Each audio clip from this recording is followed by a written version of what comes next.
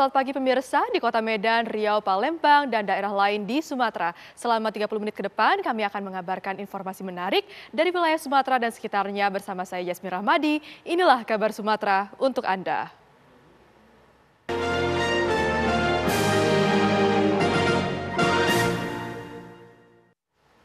Pemirsa, Densus 88 anti teror menggerebek persembunyian kelompok terduga teroris di kawasan pegunungan Register 22 Pringsewu, Lampung. 2 terduga teroris tewas dalam baku tembak dan 3 lainnya kabur.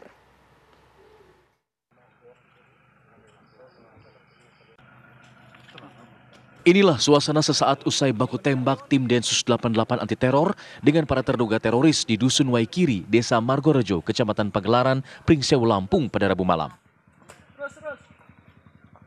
Lokasi penggerebekan ini berada di kawasan pegunungan Register 22. Petugas langsung merangsek masuk ke sebuah rumah yang digunakan bersembunyi para terduga teroris. Dalam penggerebekan ini 2 terduga teroris tewas dan 3 lainnya kabur. Terduga teroris yang tewas bernama Sambada 50 tahun, sedangkan 1 lagi belum diketahui identitasnya. Pada kontak senjata ini, seorang personel Densus 88 anti teror terluka akibat tertembak senjata api pelaku. Korban menderita 3 luka tembakan di perut dan pinggang. Korban pun dievakuasi dengan cara ditandu dan dinaikkan ke motor untuk turun gunung. Evakuasi dari jam setengah 8. Itu menggunakan apa mengevakuasinya, Bang? Tandu, digotong. Dari Densusnya 4 personil, dari Brimopnya 2 personil, dibantu ada warga 4 orang. Itu alami luka tembak pada bagian apa aja tuh, Bang? Bagian perut sebelah kanan ada 3 lubang. Terus saya dep di atas itu, saya berhentiin pendarahannya, terus kami tandu. Tapi kami nggak boleh korban tidur, terus kami ajak obrol sambil gotong itu. Ketika turun, kira-kira jalan tuh bisa dilalui motor, kami taruh di motor, kami pegang, tapi motor tuh pelan-pelan nggak bisa kebut, kami terjal. Lokasi penggerebekan berada di pegunungan dan tim Densus 88 harus melewati medan yang terjal serta sungai. Pada penggerebekan itu, 2 tim Densus 88 berpencar menuju TKP melalui jalur di Kabupaten Pringsewu dan 1 lagi melalui Lampung Tengah. Dari Pringsewu, Lampung, Pujiansyah, Nanang, TV One mengabarkan. Sebuah video yang memperlihatkan sekelompok pemuda menyeret seorang perempuan ke pinggir pantai viral di Jagadmaya, Sumatera Barat. Di paruh terakhir video, selain menyeret si wanita hingga tersungkur, beberapa pemuda juga berusaha menelanjangi perempuan tersebut. Meski wanita meronta-ronta minta tolong, tetap tidak digubris pelaku. Beginilah aksi oknum beberapa warga yang mengamankan 2 orang wanita dari sebuah kafe di kawasan Pasir Putih Kambang, Kecamatan Lengayang, Kabupaten Pesisir Selatan. Wanita tersebut diarak beramai-ramai menuju bibir pantai yang tak jauh dari lokasi kafe. Meski berusaha meronta-ronta minta tolong, tetap saja wanita yang diduga bekerja sebagai pendamping lagu karaoke kafe itu tidak digubris warga yang menyeretnya hingga tersungkur ke dalam air laut.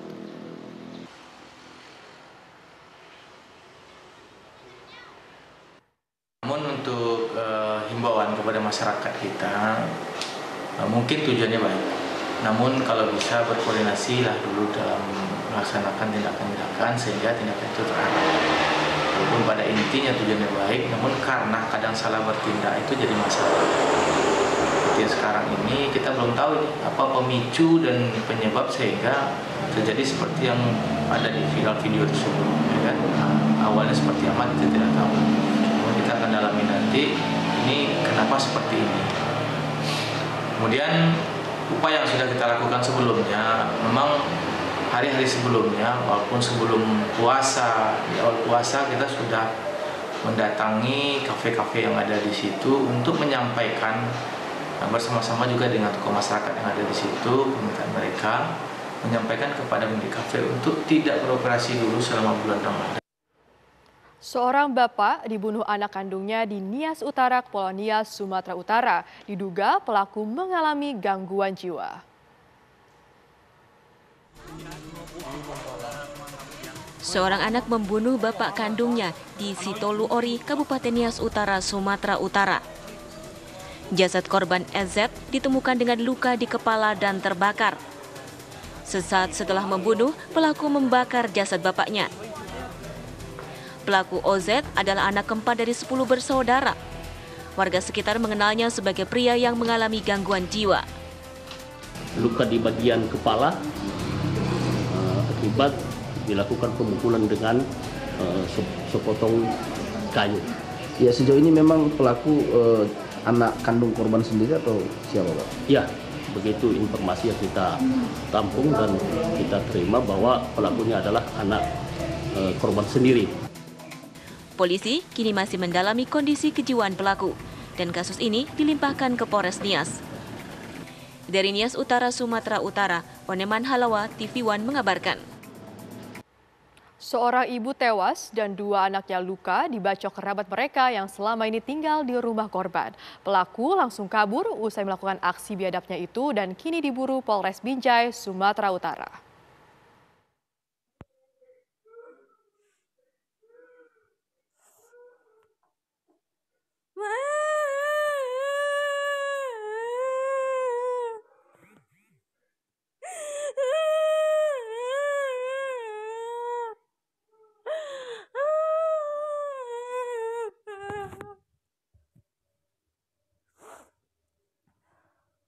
Oscar, gimana tanganku, Mama? Kepalaku kena juga.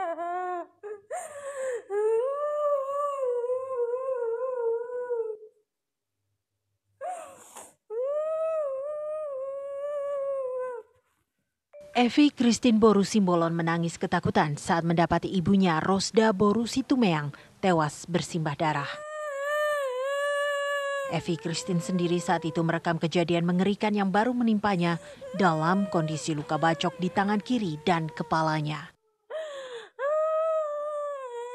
Gadis 16 tahun itu lalu memanggil-manggil kakaknya Oscar Simbolon yang juga terluka bacok di kaki kanan dan kedua tangan.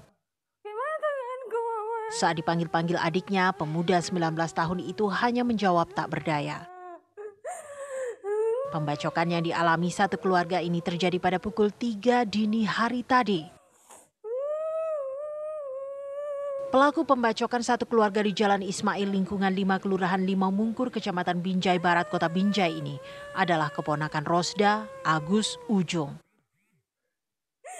Agus kabur setelah membunuh bibinya dan melukai kedua sepupunya.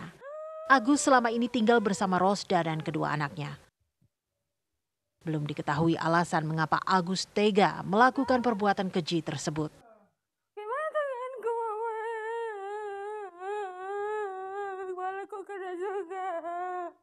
Itu ada peristiwa pembacokan terhadap ibu dan anak. Ya. Ibunya itu meninggal dunia dan anaknya sekarang mengalami luka-luka dan dirawat di rumah sakit umum Bulan. Berarti korban 3 orang? Korban 3 orang. Untuk motif dan pelaku saat ini masih dalam lidik, ya, dalam lidik Polres Binjai dengan Polsek Binjai Barat gabungannya. Sementara kedua anaknya dirawat di Rumah Sakit Zulham Binjai, jenazah Rosda Boru Situmeang disemayamkan di rumahnya. Keluarga berharap polisi segera menangkap Agus Ujung. Dari Binjai, Sumatera Utara, Taufik Hidayat, TV One mengabarkan. Pemirsa, kami akan kembali hadir dengan sejumlah kabar menarik lainnya. Tetaplah bersama kami.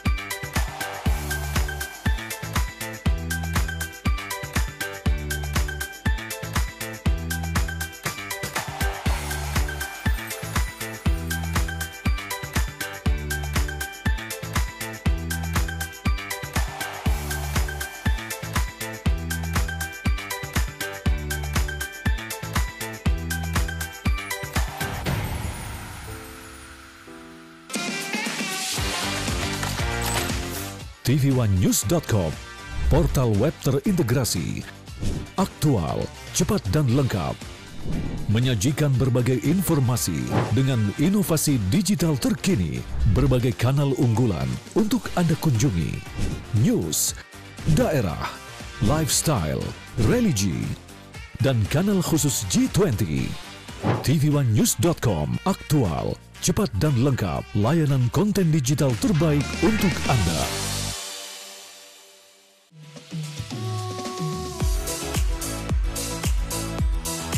Agar tubuh menjadi sehat, diperlukan motivasi. Saksikan Hidup Sehat dan Hidup Sehat Plus Setiap Senin sampai Jumat pukul 9 pagi hanya di TV One.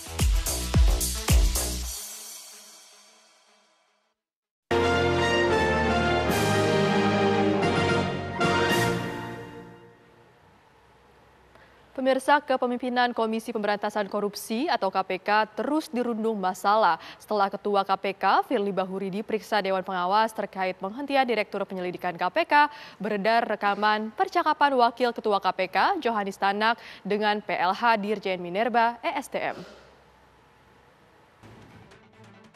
Kepemimpinan Komisi Pemberantasan Korupsi KPK di bawah Firly Bahuri kembali menjadi sorotan. Kemarin, Ketua KPK Firly Bahuri bahkan telah menjalani pemeriksaan etik menyusul laporan atas pencopotan Brigjen Polisi Endar Priantoro sebagai Direktur Penyelidikan KPK. Tak hanya itu, Firly Bahuri juga dilaporkan kepada Dewan Pengawas soal dugaan kebocoran dokumen hasil penyelidikan di Kementerian ESDM. Menindaklanjuti semua laporan pengaduan mengenai dugaan pelanggaran etik, tapi kan tidak mungkin sekaligus, jadi mesti satu-satu. Jadi pada tahap awal kita menindaklanjuti laporan pengaduan mengenai pemberhentian Pak Endar. Bukan hanya Firly Bahuri, 4 pimpinan KPK lainnya dan juga Sekjen KPK ternyata turut dimintai klarifikasi oleh Dewan Pengawas. Anggota Dewan Pengawas KPK Albertina Ho mengakui hal tersebut setelah memanggil pimpinan KPK untuk klarifikasi. Selain Ketua KPK, kasus di Kementerian ESDM juga ternyata menyeret nama Wakil Ketua KPK Johanis Tanak. Dalam sebuah percakapan WhatsApp yang ramai beredar di media sosial, terungkap hubungan antara Johanis Tanak dengan PLH Dirjen Minerba Kementerian ESDM Muhammad Idris Froyoto. Rekaman percakapan tersebut bahkan terdapat ucapan Johanis Tanak yang menyebut bisalah kita cari duit. Namun, Johanis Tanak membantah percakapan itu terkait dengan kasus yang ditangani KPK di Kementerian ESDM. Itu tadi kan saya sudah bilang, Mas. Saya sudah bilang tadi sebelum saya tugas di sini.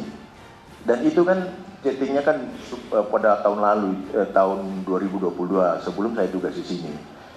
Nah, sebelum saya tugas di sini, itu chatting ada. Saya pun tahu dia ini ditempatkan sana sebagai Kepala Biro Hukum. Makanya di chatting itu kan saya bilang, selamat malam Pak Kepala Biro Hukum. Terus terang saya berani bersumpah, ya, bahwasanya saya baru tahu ketika di sini ada seperti yang Anda sampaikan begitu, bahwa ada loh ini orang ternyata PLH Dirjen Minerba. Saya baru tahu, terus terang saya baru tahu saya itu, yang saya tahu itu beliau Kepala Biro Hukum.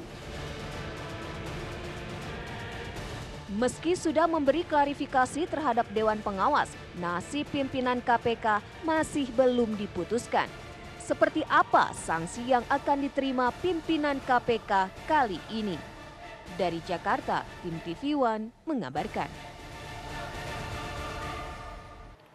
Partai Persatuan Pembangunan mulai mematangkan kesiapan administrasi bakal calon legislatif di seluruh Indonesia. Sedikitnya 38 ketua mulai dari DPD hingga ranting dikumpulkan untuk strategi pemenangan.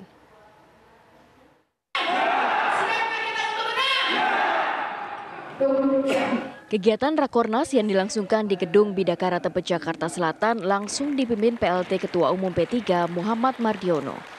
Dalam rapat koordinasi nasional tersebut, pembahasan utama fokus pada administrasi bakal calon legislatif agar mempersiapkan diri sesuai dengan jadwal yang telah ditentukan. Ex officio, kemudian pemberkasan. PLT Ketua Umum P3 Muhammad Mardiono mengatakan sebelumnya telah dilaksanakan bedah daerah pemilihan dan juga mengkaji kearifan lokal masing-masing wilayah sehingga pertemuan kali ini dengan seluruh ketua wilayah se-Indonesia dilakukan untuk memastikan bahwa semuanya satu tujuan. Mardiono pun mengaku optimis untuk merebut kursi dan juga mengembalikan kejayaan P3 lewat kerja keras bersama seluruh jajaran. Kita fokus mengenai masalah pertama tentang kesiapan administrasi agar para bakal caleg yang mencalonkan baik kabupaten kota maupun provinsi DPR RI itu sudah mempersiapkan diri sesuai dengan jadwal waktu yang ditentukan. Yang kedua, arah strategi pemenangan. Nah, kita petakan karena kita memiliki kekuatan lokal politik ya, tentu itu memiliki kearifan masing-masing. Kali ini kita akan bertemu memastikan bahwa arah perjuangan politik yang kita bangun itu adalah sudah on the track dan menuju ke arah perolehan suara yang maksimal sesuai dengan target-target daerah pemilihan yang hendak kita capai. Nah, ini semuanya sudah satu arah semua. Semuanya sudah satu tujuan, termasuk mekanisme bagaimana kita akan berjuang di daerah-daerah itu. Adapun kegiatan Rakornas Lanja Pemenangan Pemilu LP2 digelar selama 2 hari dan dihadiri 38 ketua, sekretaris dan ketua LP2 P3 wilayah se-Indonesia. Dari Jakarta, Robin Freddy, TV One mengabarkan.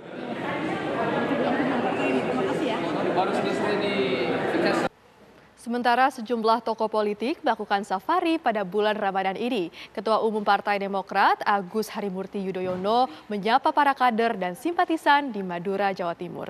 Sementara itu pun Menparekraf Sandiaga Uno dan Gubernur Jawa Tengah Ganjar Pranowo menghadiri pameran UMKM.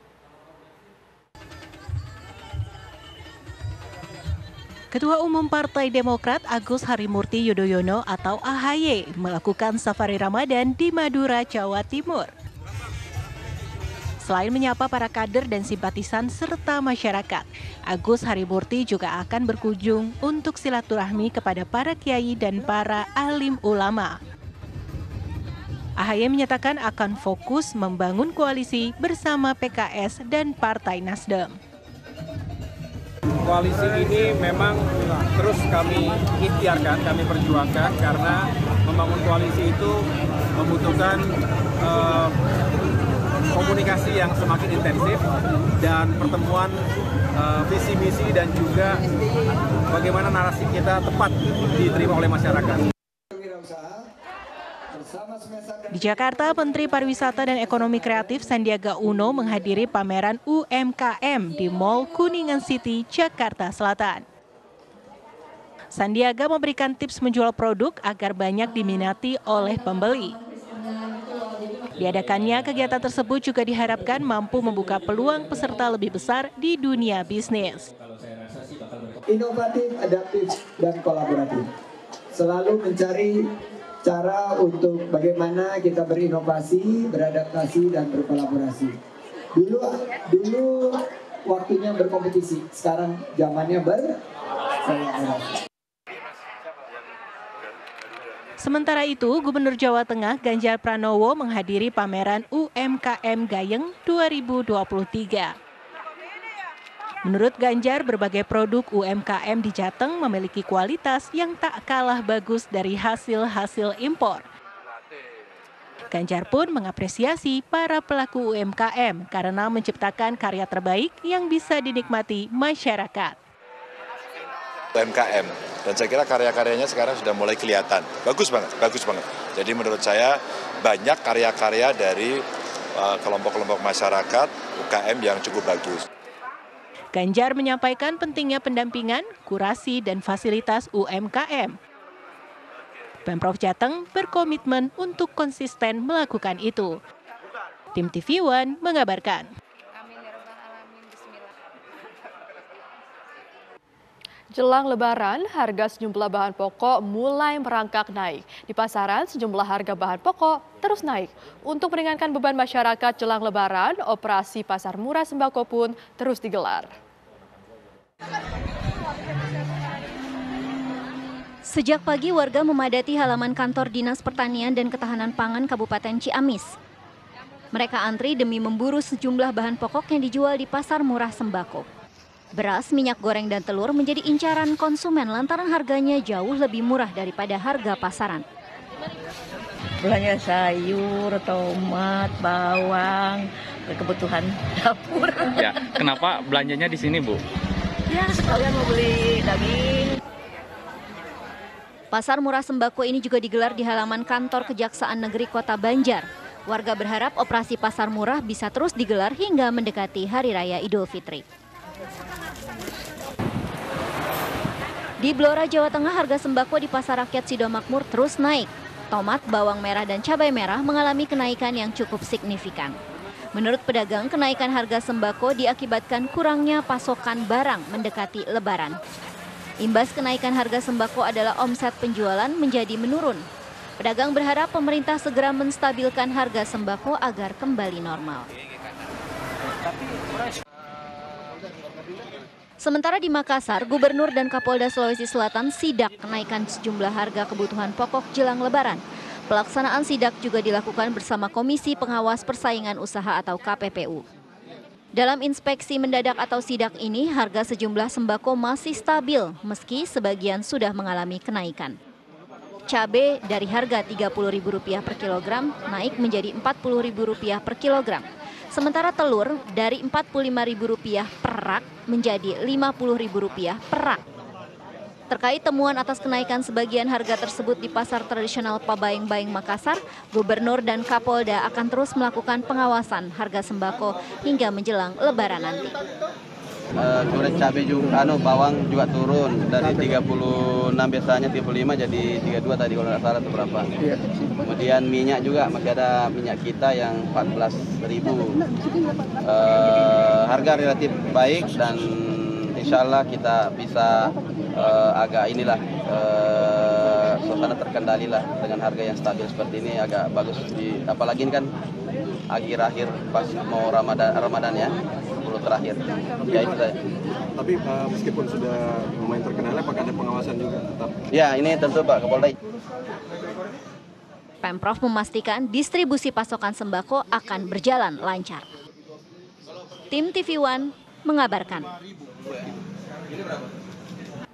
Pengadilan Negeri Jakarta Barat kembali menggelar sidang kasus narkotika yang melibatkan mantan Kapolda Sumatera Barat, Teddy Minahasa.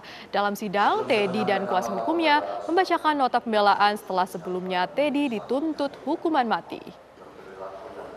Nota pembelaan Teddy Minahasa ia beri judul Sebuah Industri Hukum dan Konspirasi.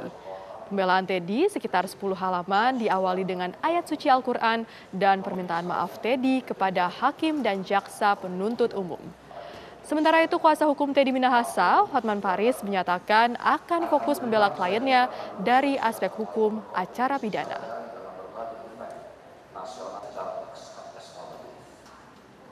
Jadi kita lebih banyak fokus ke arah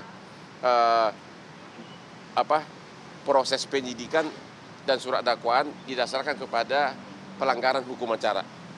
Dan yang paling utama adalah, ini kan ada 5 kg sabu. 1 kg sabu pertama di mana? Pernah nggak disita? Siapa yang jadi tersangka pemakainya? Nggak ada. Pemirsa, kami akan kembali dengan sejumlah kabar lainnya usai jeda.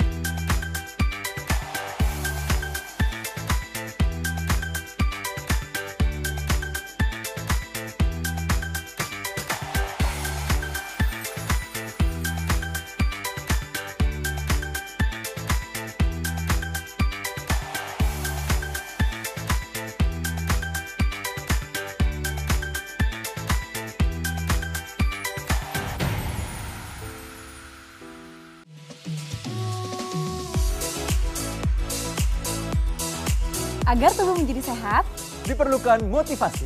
Saksikan Hidup Sehat dan Hidup Sehat Plus Setiap Senin sampai Jumat. pukul 9 pagi. Hanya di TV One.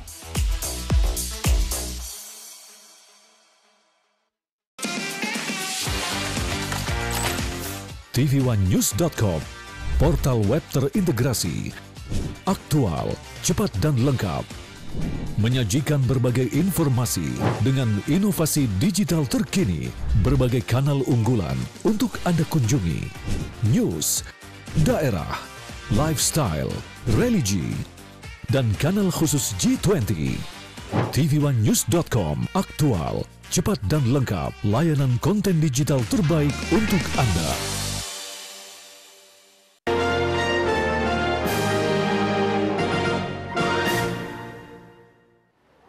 Terima kasih Anda kembali di Kabar Sumatera. Pemirsa, penyelundupan sejumlah barang dari Cina digagalkan Polrestabes Palembang, Sumatera Selatan. Di antaranya mesin motor gede bernilai miliaran rupiah.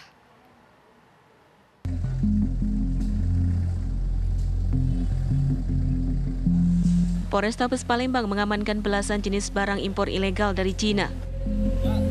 Barang disita saat diangkut menggunakan truk box melintas di Jalan Soekarno-Hatta, Kelurahan Talang Kelapa, Kecamatan Alang-Alang Lebar, Palembang. Ada 18 jenis barang, diantaranya mesin motor gede, beragam botol minuman anak berbagai merek, pengisi daya ponsel, pakaian berbagai merek, dan barang lainnya yang nilainya total 10 miliar rupiah. Data di sini ditemukan setidaknya ada 18 jenis barang. Di antaranya ada 4 unit mesin Harley Davidson. Kemudian ada barang-barang elektronik dalam bentuk terurai. Ini diduga akan dirakit menjadi sebuah handphone, tapi masih terurai. Kemudian juga ada garment. Untuk sepeda motornya sendiri juga ditemukan ada spare part lainnya, seperti frame, rangkanya sepeda motor.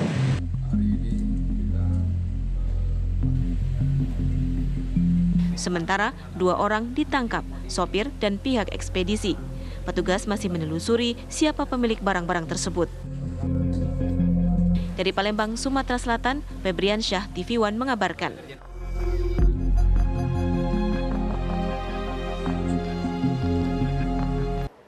Empat pengedar narkoba jaringan internasional ditangkap Polresta Asahan. Barang buktinya 20 kg sabu dan 40.000 butir pil ekstasi.